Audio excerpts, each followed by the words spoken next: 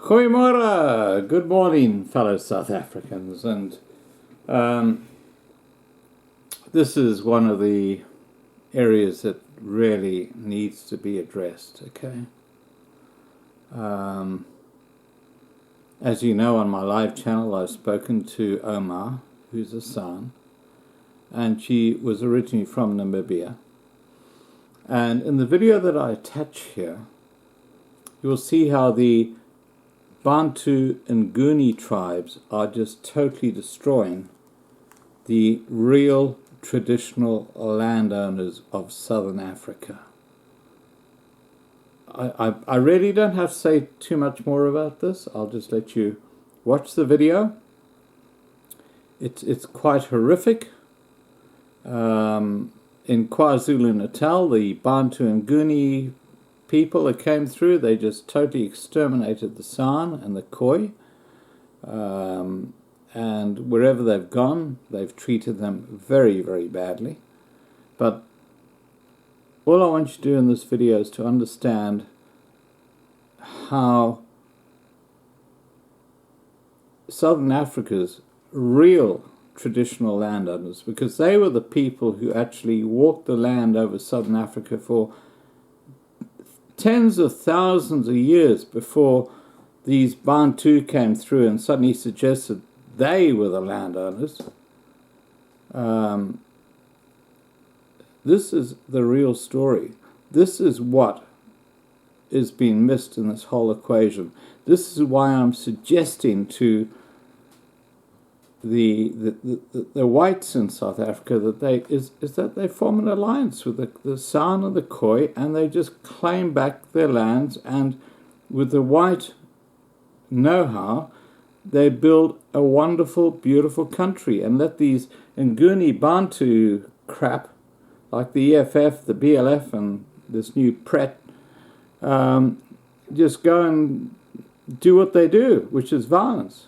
But just have boundaries where they keep them out and let them do what they do. Anyway, look, I'll leave it at that. Watch the video and remember to subscribe to be kept informed. And remember, this Sunday at 8 p.m. we have a very interesting video stream, live video stream. Okay, guys, take care.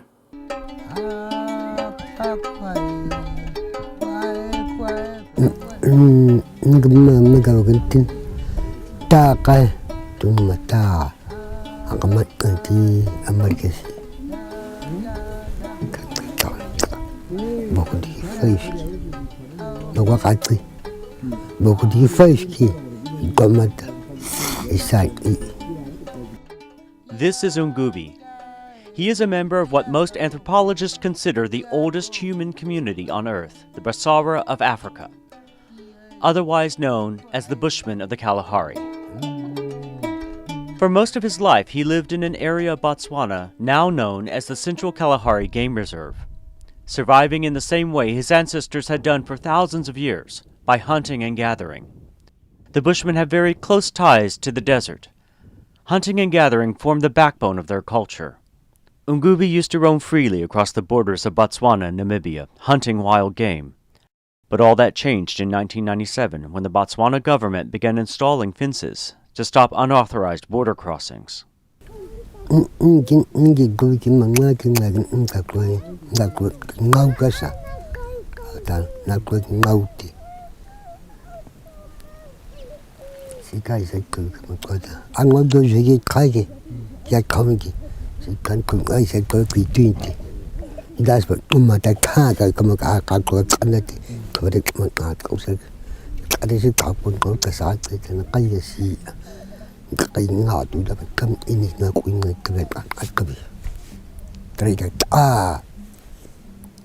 Nguni explains to me how he was out hunting one day and wandered into Namibia.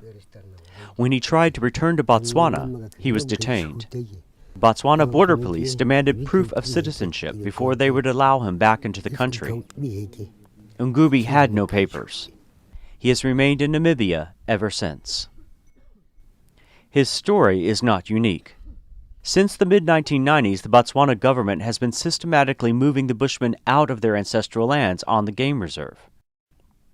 The government says they are moving the Bushmen out for their own good. Government representatives say they want to provide services like healthcare and education, and claims that it is impossible to provide these services because the game reserve is too remote. They are persuaded to relocate. But we do not have, Jeff, understand me to be saying, we do not have a specific policy which is directed at indigenous people. We do not officially regard them as an indigenous sector of our population. And that lack of policy is part of the problem, according to the United Nations. Professor James Anaya traveled extensively through the Greater Kalahari Game Reserve on a fact-finding mission for the UN in 2009. The problem is the development model is one which isn't entirely in sync with or consistent with the apparent aspirations of these people to maintain their own cultural identities. They've been moved off their traditional lands, where they historically, traditionally have been able to live from the resources of those lands according to their own ways of life and cultural patterns. Because the Botswana government does not consider any people as indigenous, it says that the Bushmen have no legal claim on the land. Separated from his ancestral lands and no longer able to support his family, Nguni felt his culture was dying. Then he had a vision.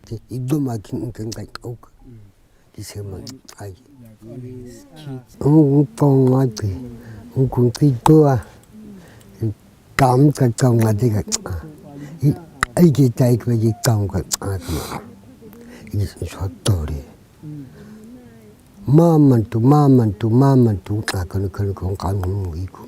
Ija ibe tong kaji au an ai ka ngawa tui ngai sen ku pamat ngai nda ku tu kite dai ka kai ko se su se te ngal po le ko.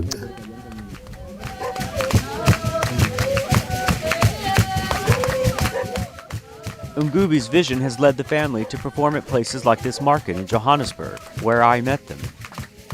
He feels if he can go out into the world and share his music and dancing, people will understand the Bushman's problem, and his culture will be preserved. They are paid a small fee, but they can never leave the desert for very long. To better understand their situation, Nguni says I must make the 1,500-kilometer journey back with them to Namibia.